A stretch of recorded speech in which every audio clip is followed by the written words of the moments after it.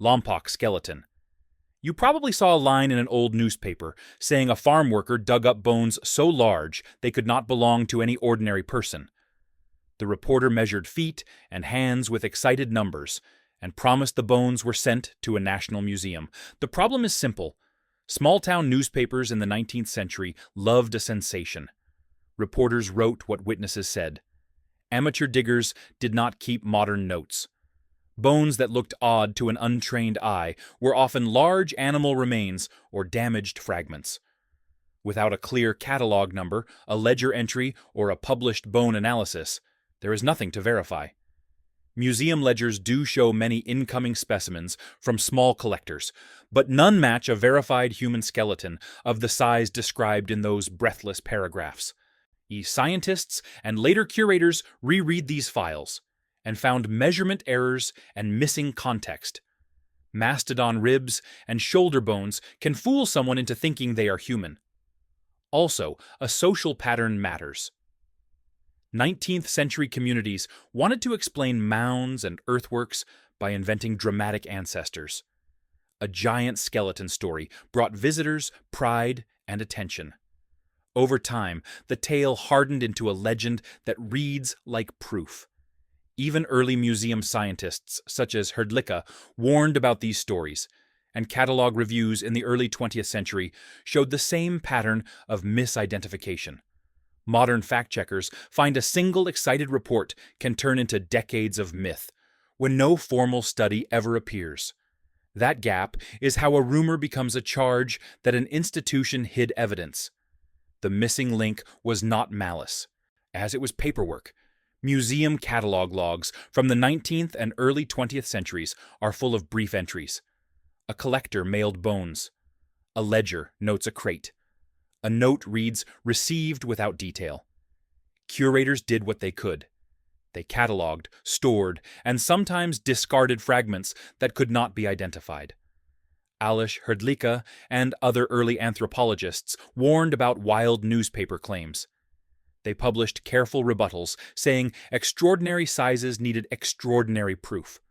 Those rebuttals rarely made the same front pages that published the originals. Then there is human nature. A single dramatic line about a giant sells papers and later fuels books and blogs. Online, a blurred photograph does the same work. One altered image plus a loud caption turns rumor into a picture that looks like evidence. People share before checking. Confirmation bias fills the gaps. If you want to know whether a claimed skeleton is real, look for three things. 1. A catalog number in a museum ledger that you can trace. 2. A published bone report or a radiocarbon date. 3. A clear chain of custody from dig site to lab. If any of those are missing, treat the claim with caution. This is the pattern behind many giant stories. Excited eyewitness, shaky measurement, missing records, and later viral recycling. It explains why the Smithsonian is named so often. As the national repository, the institution stands where sloppy records and dramatic claims collide. People assume secrecy when records are thin. They fill that vacuum with a cover-up story, so the Lompoc tale becomes useful as a test case. Shadagi Istein. It shows how a village rumor can grow into a national accusation. It shows how image manipulation and poor record-keeping compound the problem. It also points to a practical habit for viewers. When you see a shocking archaeological headline, check the ledger, the lab report, and the image source before you share. Brewersville skeleton. A local paper ran a breathless paragraph about a mound opening, and bones so large the reporter could barely measure them. Men in boots stood around a shallow pit. Someone held a tape and called out an impossible height. The story spread to neighboring towns, and then to a state paper with a slightly taller figure and a hint that the bones were sent to a national museum. Listen to the pattern: an eyewitness account, a rough measurement, a promise that the specimen was moved to a big institution. Those three things make for a perfect rumor. They also make for a very weak case. Scientists need more than a newspaper paragraph. They need context from the dig. They need to see the bones in a lab. They need measurements taken by qualified bone experts. What usually happens next is revealing. Museum ledgers from that era sometimes show a crate received from a county archive. The entry might list a generic label like human bones without size details. Curators cataloged thousands of items and did not always write a modern-style report. When later researchers tried to match the sensational newspaper to a catalog number, they often found either no match or a vague ledger entry that did not support the dramatic claim. Measurement errors are common. A bone fragment can look like a long femur when stood beside a shovel. A mastodon rib can be confused for a human collarbone by an untrained eye. Showmen and collectors also moved quickly. If a town wanted to earn visitors, they might exaggerate a find and sell viewing rights. That commercial pressure fed the cycle. In the Brewersville case, the trail ends in a thin ledger entry and a local memory of a big story. No published scientific analysis has surfaced. No radiocarbon date. No photographed lab report with a traceable catalog number. The gap between the claim and the evidence is the story. In the second half, you will hear what a Smithsonian ledger did record, and why that entry changed how later generations read the Brewersville rumor. The museum ledger finally mentioned a shipment from the county. The entry says, "Received, human bones, crate." No dimensions, no dig notes, no field number. That single line is what fuels the Brewersville rumor, and what also grounds the cautious answer. Archivists can follow a crate number to a storage room, but that does not equal a verified giant skeleton. It only shows bones arrived. What mattered next was the missing paperwork. Curators in the early 20th century sorted thousands of items. They prioritized items that could be studied and published. Fragile fragments, unlabeled boxes, and mixed collections often sat for decades. When an object was too degraded or of uncertain origin, it was sometimes catalogued as indeterminate and set aside. Later, when repatriation laws changed the rules about returning remains, museums moved items, updated records, or in rare cases, removed material from the collection. None of that proves a secret order to destroy evidence. It proves a history of messy record-keeping and shifting policies. Measurement anxiety also plays a role. A casual measurement shouted across a field becomes a headline for exaggeration. A reporter may write that bones were 8 or 9 feet long without realizing the number came from a bystander comparing a bone to a fence post. Scientists measuring the same fragment in a laboratory often record much smaller, plausible lengths. That difference between first impression and lab report explains many giant claims. Then there is motive for myth-making. A town that claims a giant draws travelers and attention. An altered photograph can amplify that claim 100 years later. Online, a blurred image and a bold caption do the same work as a 19th century newsprint paragraph. The practical lesson is simple and useful. Demand a catalog number. Demand a lab report. Demand a chain of custody. If those are missing, treat the story as a rumor, not a hidden truth. West Hickory Skeleton. The old paper headline screamed an impossible number. An 18-foot frame unearthed in a creek bed, bones piled like timbers. People read that line and held the image in their head. An 18-foot-tall human is a visceral image. It asks you to believe a whole different kind of past. Here is the careful answer. Biology and physics make a creature of that size nearly impossible with human proportions. As an animal grows taller, its weight increases much faster than the strength of its bones. Muscles and joints would need to change shape and proportion to support the mass. Engineers and biologists call this the square cube problem. It is why a small animal and a large animal cannot simply be scaled versions of each other. But the 19th century was not short on extraordinary headlines. A local dig, a farmer with a shovel, and a reporter who wanted readers is a recipe for an outsized claim. Measurement mistakes happen. A long, broken bone can look like a complete femur when held at the wrong angle. A mastodon limb propped by a shovel can appear to be part of a human figure to anyone standing by the pit. Showmen and curiosity dealers also blurred the lines. If a town could claim it had a giant, it could attract visitors and money. That incentive shaped how finds were described. When researchers later checked museum records, they found the usual pattern: a vague ledger entry, a crate number, no detailed bone study, and no radiocarbon dates. There was a story, but not scientific proof. Alish Hrdlicka and other museum scientists warned readers that extraordinary tall claims required careful measurement and published analysis. The West Hickory report lacked that follow-up. So, the question that lingers is not just, could an 18-foot human exist? The harder question is, where is the evidence that proves it beyond noisy headlines and local pride? What finally unravels the West Hickory legend is not drama. It is absence. No published lab report, no radiocarbon date, no detailed bone study showing human proportions. What exists are fragments of local memory, a vague ledger entry, and a headline that grew taller each retelling. Museum scientists who later reviewed the files noted the same pattern again and again. A crate arrived. The label said, "Human bones."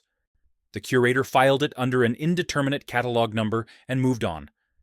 There is a scientific test you can ask for that settles these claims quickly. Radiocarbon dating gives an age range. Skeletal measurement shows whether a bone is human and how it compares to known populations. Advanced chemical testing can show diet and mobility. None of those studies are attached to the West Hickory story. That emptiness is meaningful. In science, absence of evidence is not always evidence of absence. But when a claim is extraordinary and the expected tests are missing, you treat the claim like a hypothesis that has not passed peer review. Beyond the paperwork issue, there is a physical reason to be skeptical. If a human scaled to the size claimed existed, its joints and muscles would need very different proportions. The spine, the pelvis. The femur would not just be longer. They would have to be thicker and shaped differently to handle the increased forces of gravity. Fossil records show large animals adapt their proportions, not simply stretch a human frame. No fossil record supports a human that size.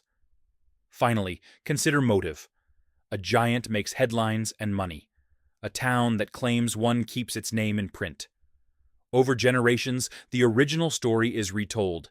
Images are doctored, and an assumed institutional cover-up fills the gaps. The West Hickory claim survives because it is useful as a story. It does not survive as confirmed science. Cardiff Giant. It began with a hole in the ground and a story that sounded like a miracle. A worker digging a well in a farm field in 1869 found what looked like a petrified human.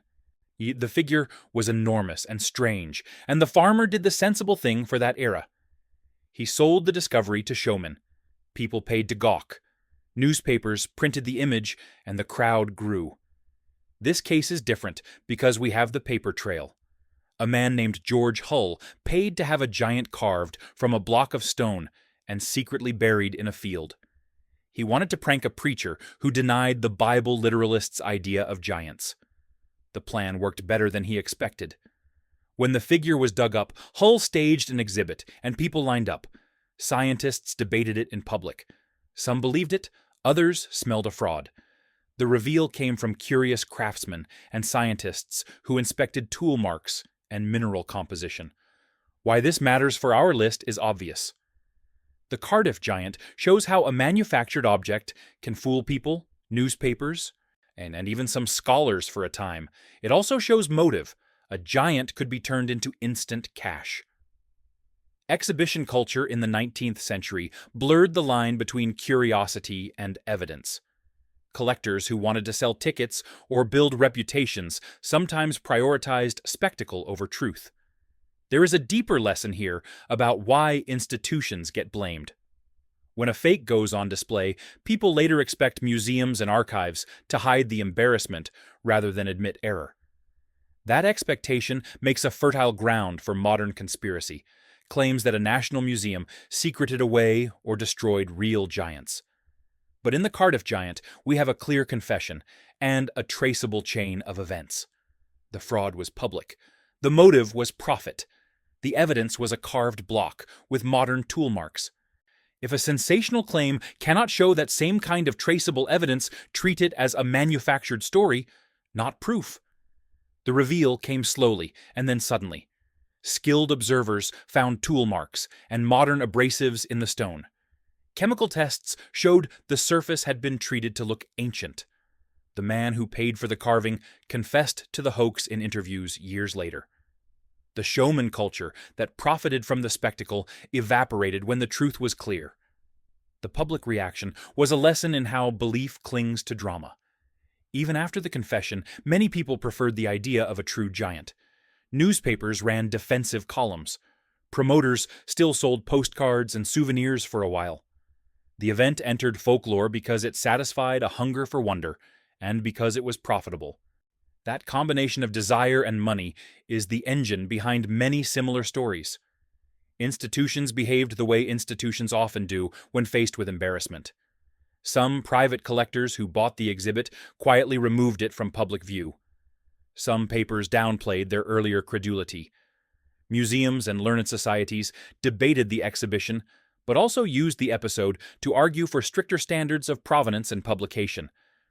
That institutional reaction is important. It shows how museums moved from popular curiosity cabinets to professional archives, where claims had to be tested and published before being accepted. There is a practical court of appeal in science. A claim survives if it can be measured, dated, and reproduced by independent observers. The carved giant failed every test. The physical evidence linked to a living maker. The motive was private profit. The lesson for modern viewers is clear. If you see a dramatic archaeological claim, look for the same three things that exposed the fraud. Documentation that traces a find to a verifiable dig. Scientific analysis that gives age and species. Independent corroboration from qualified specialists. These are the rules that separate a mystery worth studying from a story built to sell tickets. The next case in our list looks similar at first glance, but twists in an unexpected way. Mastodon composite photograph. You have probably seen that famous photo of a giant skeleton posed beside a mastodon dig, and felt a cold jolt of proof. It looks perfect. Men with shovels stand small. A huge ribcage towers behind them. The image feels like final evidence, and that is exactly the danger. Here is what happened. Artists entered contests and made mock archaeological scenes. They layered skeletons, aged the film look, and added props to make images that read as real. A photo from one contest was cropped, reposted, and paired with a dramatic caption. By the time it hit message boards and social feeds, no one bothered to ask who took the picture. The image had been engineered to answer the question viewers wanted answered. Fact-checkers traced the best-known versions back to art contests and to single artist portfolios.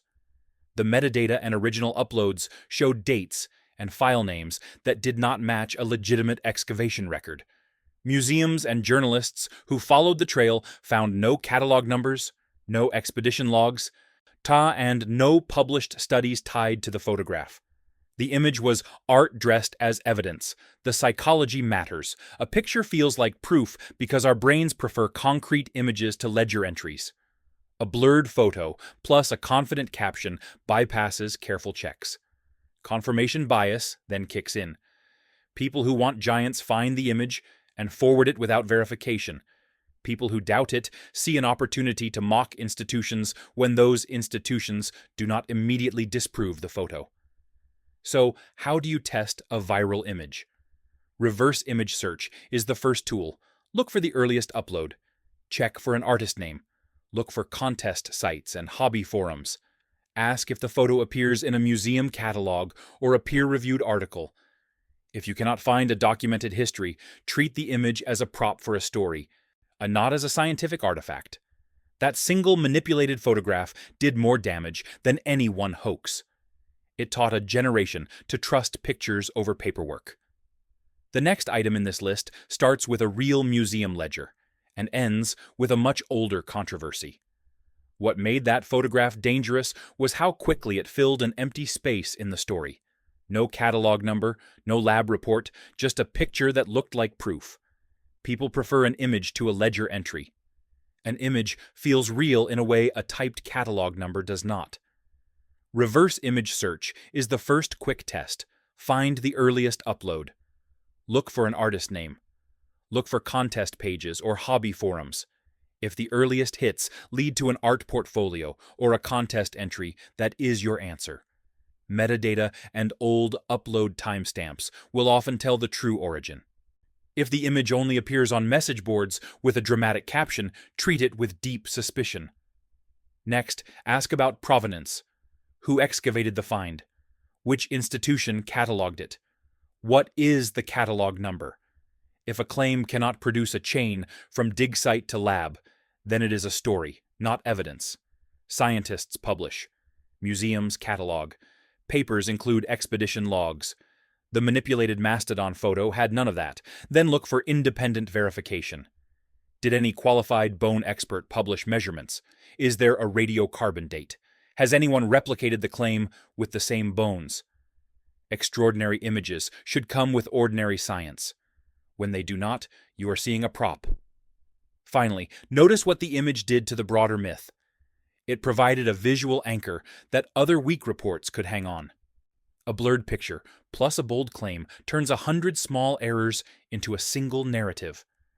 That is how the story of destroyed giants moved from rumor to a supposed national scandal. It did not take perfect forgery, it took a convincing prop, and people willing to share without checking. If you want to stop a myth from spreading, ask 3 questions. Who documented it? Where is the catalog record? Has the science been published? If the answers are missing, walk away. The next claim in this list begins with a real ledger and ends with a far older controversy: San Diego mummy. A regional paper once reported a preserved body unearthed near a coastal bluff and described a frame so tall it shocked the local coroner. The story promised an ancient, gigantic mummy moved to a museum for study. The language was electric, and the rumor spread through postcards and pamphlets for decades. Here is what matters. There are 2 types of claims. One is a well-documented find with field notes and a lab report. The other is a dramatic tale that stops at a newspaper paragraph. The San Diego account falls into the second group. Archivists who chased the story found no catalog entry that matched a documented 8-foot individual. There was no published scientific analysis. There was no radiocarbon date to place the remains in a specific era. What remains are second-hand retellings and copies of the original sensational paragraph. Medical experts point out another problem. Mummification alone does not change the underlying bone proportions. A tall individual with gigantism leaves bones that can be measured and compared. If a mummy at that scale existed, you would expect detailed measurements, skeletal inventories, and correspondence between the diggers and a museum curator. Those are the normal traces of scientific work. They are absent here. There is also the issue of cultural sensitivity. Local indigenous traditions describe ancestors and spirits in a variety of ways. Those oral histories are meaningful and must be respected. They are not interchangeable with physical proof of a vanished race of skyscraper humans.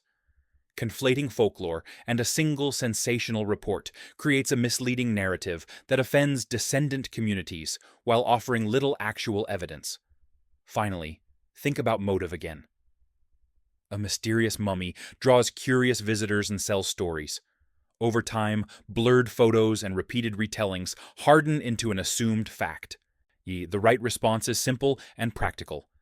Demand the catalog number. Demand a lab report. Demand a traceable chain of custody. If those are missing, treat the tale as a local legend that grew teeth, not as a confirmed giant. What finally changes a rumor into something more solid is paperwork and science. For the San Diego story, archivists looked for a catalog number in museum ledgers. They searched for correspondence between diggers and curators. They asked for bone reports and radiocarbon dates. Those standard traces were not there. That absence matters. Museums do move, and return remains. Laws like NAGPRA created a formal process to repatriate Native American remains to descendant communities. Repatriation is about respect and law, not about hiding evidence. When records are thin or items are returned, the public sometimes reads secrecy into routine paperwork. That confusion is a seedbed for conspiracy stories. Early museum scientists offered public warnings about loose claims. Alish Hrdlicka and his contemporaries published analyses saying extraordinary size claims needed robust proof. They called for published measurements, careful soil layer notes, and comparisons with known skeletal series. Those standards are simple tests any claim should meet. When they are absent, treat the claim as an untested story. There is also a moral point. Local oral traditions and community memories are valuable. They deserve respect and careful study. They do not replace scientific method. Conflating folklore with an absent lab report creates harm. It creates false certainty, and it can disrespect living communities. So where does the San Diego mummy stand now? It lives in postcards and retellings. It lives in a few archived paragraphs, and in the imagination of readers who prefer drama to ledger entries. The sensible viewer learns a quick 3-part checklist. Ask who recorded the find. Ask for the accession number. Ask whether independent science has been published. If any answer is missing, treat the story as a legend that grew teeth, not as evidence of a destroyed set of giants. Miamisburg Giant. A county paper once printed a short paragraph about bones found near a riverbank. Bones, the reporter said, belonged to someone far taller than normal. The tone was urgent. Neighbors gathered. A local collector was named. The story traveled in circular headlines and then into later compilations that treated it like proof. Listen to the warning signs. First, the claim begins and ends with a second-hand account. There is no detailed excavation report. There is no field notebook describing how the bones were recovered and in what layer of soil. Second, the museum trail is thin. A ledger entry might list a crate of bones received from that county, but it rarely includes measurements or a catalog number tied to a published study. Third, when later experts examined similar old finds, they discovered common errors. Large animal bones were mistaken for human. Measurements shouted across a muddy pit were exaggerated. And collectors who wanted to build a local legend sometimes blurred fact and sales pitch. Bone specialists teach simple checks. Measure the femur. Compare its shape to known human series. Look for articulated joints and pelvic structure. If those elements are missing, the claim cannot stand. Radiocarbon dating puts a bone into time. Chemical analysis shows diet and mobility. Those tests turn rumor into data. They are absent in this county account. There is a human story behind why the claim persists, a town that says it hosted a giant gains attention and pride. Books and later websites recycle the line and add a national museum as the villain when museum ledgers are vague. That temptation to create a tidy conspiracy fills the gap left by poor records. So what do you do when you see an old claim like this? Ask for the catalog number. Ask for published bone studies. Ask for a radiocarbon date. If the answers are missing, treat the tale as folklore that grew into a rumor, not as evidence of a hidden collection. What finally turns a county paragraph into a national mystery is a mix of messy records and modern storytelling. Archivists sometimes find a ledger entry that says, "Received, bones, crate number." The crate might be traceable. The contents might be listed as indeterminate. That is not proof of a giant. It is proof that something moved from one place to another without a careful report. Repatriation law added a fresh complication. When museums returned remains under the law known as NAGPRA, they followed legal procedures and consulted with descendant communities. Boxes were transferred, records were updated. That looks messy to someone skimming a few old catalog pages. Conspiracy narratives treat transfers as evidence of hiding. They do not treat them as part of a legal and ethical process that tries to right past wrongs. Professional scientists also play a role in shutting down myths. Curators and bone specialists measure bones. They check pelvis shape, tooth patterns, and joint surfaces. They publish findings in journals and reports that people can read and verify. When those reports are missing and only a headline survives, skepticism is the correct response. Still, human psychology powers these stories. A dramatic claim satisfies a hunger for wonder. A local pride story wants to be true. A shaky ledger looks like a missing puzzle piece, and people fill the rest with speculation. Images and repeated retellings harden into certainty for large groups. That social glue is why the Miamisburg tale keeps resurfacing even without the lab report. So, what should you do when a sensational claim names a national museum? Ask for the catalog number. Ask for the published bone study. Ask whether independent labs have dated the bones. If those answers are not available, treat the claim as a local legend that became a rumor. The town keeps its story. The science waits for evidence. Sideshow giants. Old postcards and museum brochures show towering performers standing next to ordinary people. The pictures are arresting. They make a simple claim. If one person was that tall, then why not whole races of giants? Here is the simple truth. Some people really were extraordinarily tall. Medical conditions such as pituitary gigantism cause bones and tissues to grow beyond normal limits. Famous performers like Robert Wadlow and Edouard Beaupré lived in public view. They toured with circuses and sideshows. Their height was real. Their lives were recorded. Their biographies, death certificates, and medical notes are the kind of evidence historians use. That reality creates a trap. A photo of a very tall person can be separated from its caption, cropped, and reused as proof of an ancient giant. A preserved body or even a labeled skull from a sideshow performer can be misread decades later as an unexplained prehistoric specimen. Collectors sometimes bought oddities and passed them between cabinets of curiosity.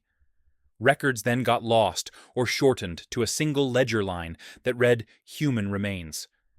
People reading that ledger without context invent a far larger story. There is a clear way to check these claims.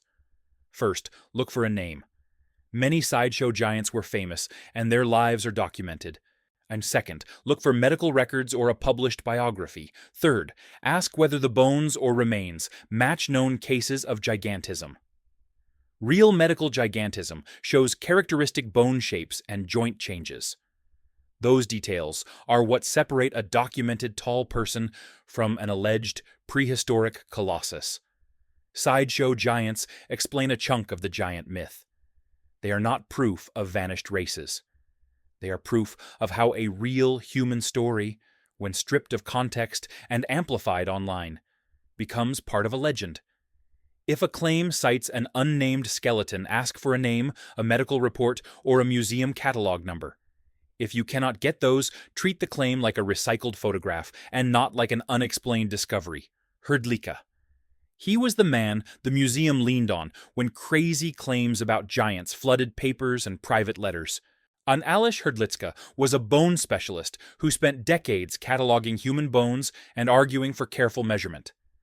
He published blunt warnings about wild newspaper reports and about mixing unverified sensational finds into scientific collections. Here is what mattered in his work.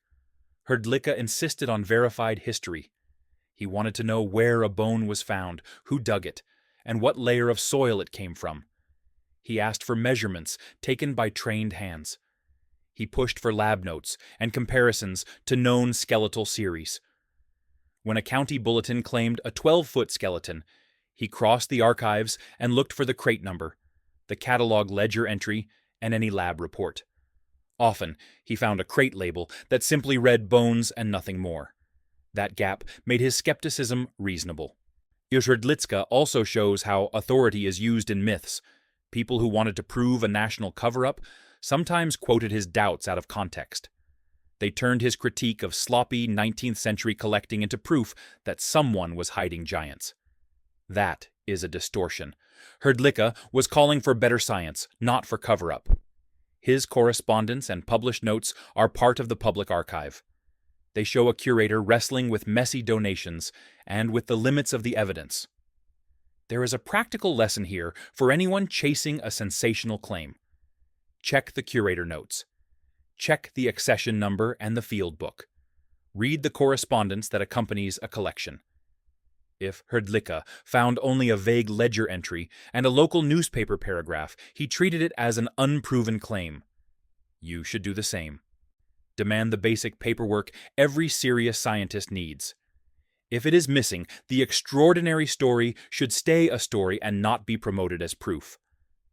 Hrdlicka left a simple method behind that anyone can use today. He asked 3 questions. Where was the bone found? Who recorded the find? And what measurements were taken? Those questions sound boring until you see what they reveal. A missing field book means you do not know the context. A vague ledger entry means you do not know whether the specimen was complete or just a fragment. A lack of published measurements means no one has compared the bone to known human ranges. His correspondence also shows a patient truth. Curators did not cover things up. They argued with collectors. They argued with museums. They argued with each other in notes that are now in public archives. Those notes often read like rueful detective work. Someone wrote that a crate contained bones but no label. Another wrote that a reported measurement did not match the specimen when it was actually examined.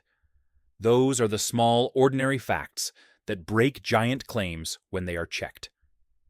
There is a modern lesson. If a sensational claim cites a museum, curators' notes ask to see the note. If it cites a cabinet label, ask for the catalog number. If it cites an old paper, ask for the full citation and the lab report that should follow extraordinary claims. Hrdlicka knew good science is boring and repetitive. He also knew that repeating the same checks across many cases reveals patterns of error. Finally, there is an ethical point. Hrdlicka worked in a period when museums acquired items under standards that feel wrong today. Repatriation laws changed the way institutions manage human remains. That change sometimes creates gaps in public records. Gaps are not proof of wrongdoing. They are places where careful work is needed. Follow Hrdlicka. Ask the basic questions. Look for catalog numbers. Look for field notes. Look for published measurements. If those are missing, the dramatic claim should remain dramatic and unproven. World News Daily Report origin. The modern explosion of the giant skeleton story traces to a single kind of spark. In 2014, a sensational article appeared on a site that publishes satire and fiction alongside made-up news. The piece claimed the Smithsonian had admitted destroying thousands of giant skeletons, and that a court had forced the confession. It read like a leak. It sounded official. And millions of people shared it. Here is how that spiral works. A fictional article with a confident voice becomes a source. Blogs and message boards copy the text without checking the site behind the headline. Someone crops a picture, pairs it with the claim, and posts it on social media. Within hours, a rumor that began as satire looks like an uncovered secret. Confirmation bias finishes the job. People who already suspect institutions of hiding things see the story and stop asking for proof. Fact-checkers eventually traced the chain. Reputable outlets found the story had no supporting archive documents and no court records. The Smithsonian denied the allegation. Researchers looked for a legal order, a press release, or any primary source that could back the claim. They found nothing. But the satirical article had already spread to fringe websites and to video channels that presented the claim as fact. Why does a satirical article succeed where careful research would not? The answer is emotional psychology. A dramatic claim simplifies complex history. It promises a neat villain. It replaces uncertainty with outrage. That makes it shareable. It also creates a feedback loop. Every repost without verification taxes the ability of archives and museums to respond. Institutions issue denials, but those do not travel as fast as an image and a bold headline. The payoff is sobering. The modern myth did not begin in a dusty crate. It began on a web page designed to provoke. That is the important takeaway. If a claim cites a dramatic disclosure, ask for the original court document and the primary archive. If you cannot find it, treat the story as viral fiction, not as a verified revelation. The story did not die with a correction. It spread. Bloggers copied the satirical piece and stripped the site name. Social accounts reposted cropped photos and bold claims. Each share added authority. Each share erased the original context. Fact-checkers chased the trail and found the same emptiness. No court filings, no internal memo, no archive box labeled destroyed giants. The Smithsonian issued denials. Reporters published debunks. Those corrections mattered. They just did not travel as fast as the original headline. That pattern shows how modern myths live. A confident sentence on a flashy page becomes a source. A line that sounds official fills gaps for people who want a clear villain. The faster a claim satisfies anger or wonder, the less likely readers are to pause and verify. That is how satire becomes a scandal, and then a supposed institutional confession. There is a practical test anyone can run in minutes. Search the court record for the alleged ruling. Search the archive for the supposed disclosure. Look for primary documents, not paraphrases. Check reputable fact-checking sites and museum statements. If the claim rests on a single article that cannot produce source documents, treat it as unverified. Demand the original files before you share. That small discipline stops a rumor from becoming a legend. The broader lesson is about responsibility. Outrage is easy. Verification is deliberate. If you want to be part of the solution rather than the problem, ask for documents. To share confirmations, not just accusations. Teach friends how to check history and archive citations. The modern giant myth began on a page designed to provoke. It kept going because people wanted it to be true and because they shared without checking. That is the final kind of proof to consider.